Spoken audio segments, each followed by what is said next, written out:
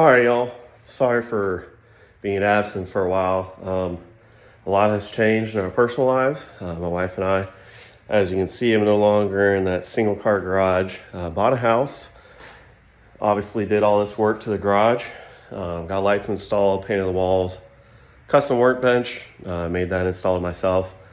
Big update on the quad. I'll flip you around, show you what's going on. All right, so see the garage here. She's all torn apart. She went to Little Sahara last week for the 250R takeover. I noticed at the end of the trip she was losing compression. She was extremely easy to kick over. Also, when it was getting warm, you could tell it was kind of trying to get hard to start. So that tells me it needed a valve job, plus the low compression. I bought this bike from a guy when I did the swap with 59 hours on it already.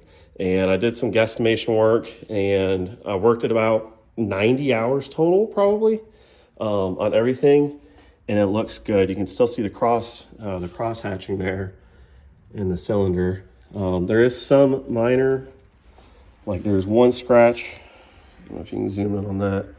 Some minor stuff, but you can't even feel it. So awesome. That's really comforting to know that this thing was solid. That's a stock piston, and this engine was unopened. When I took all the bolts off, these things had not been out at all. Original crush washers. The only thing that I did was change the cam when I first bought the bike.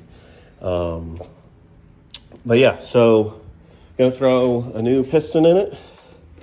Got a Wiseco stock compression. It's 12 out of 1. Obviously gonna do valve job, but before that, take the head off, and she's gonna get some port work. Those are the exhaust ports. We're not gonna beat those up too much. I'm gonna just probably smooth them out. I am gonna though do some epoxy on the intake ports.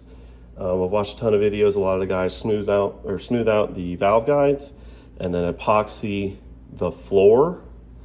And then here, I'll just show you. So kind of hard to see because I don't have a light on. So, excuse me, they epoxy the roof. They smooth out the guides there and epoxy everything, and then take a lot out of the bottom of the port there, so the floor. So we're gonna do that. I did that on my old KFX head.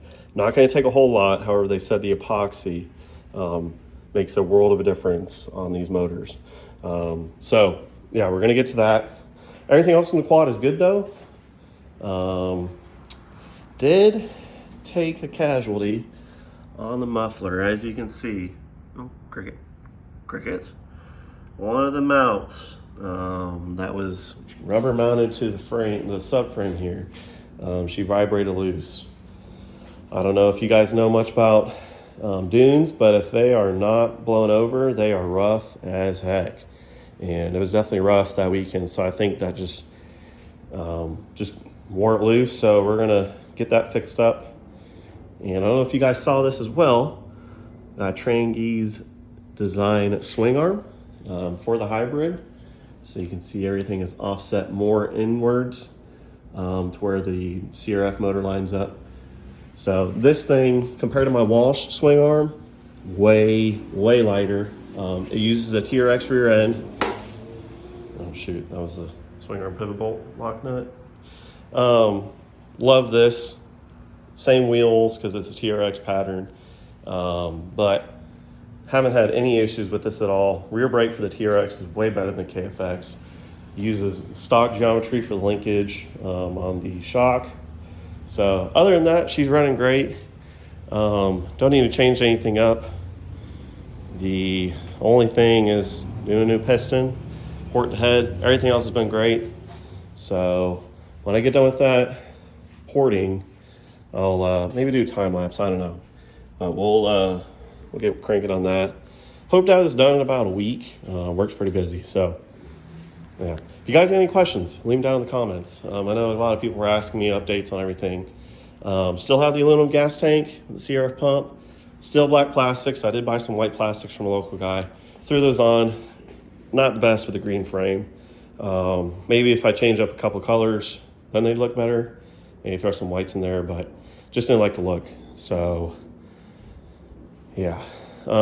Yeah, if you guys got anything, any questions, whatever, feel free to leave in the comments. Be more than happy to talk with y'all. So appreciate y'all. Yeah, once we get grinding on that, I'll keep you guys updated. Also shout out Albert. He's the one that hooked me up with the swing arm. If you guys got any KFX machines and you want some custom parts like the steering plates, the upper stem clamp, swing arm, he does it all. Subframes, he's the man to go to. So big shout out to him for hooking me up with the swing arm and helping make all that and everything for me. Yeah, I'll try to pump out some more videos. I know I've been pretty lazy the last year, but I also have been moving and changed a lot of things, personal life.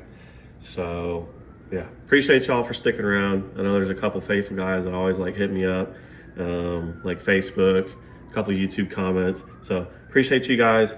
When I get cranking on this thing, I'll keep you all in the loop. So for now, peace.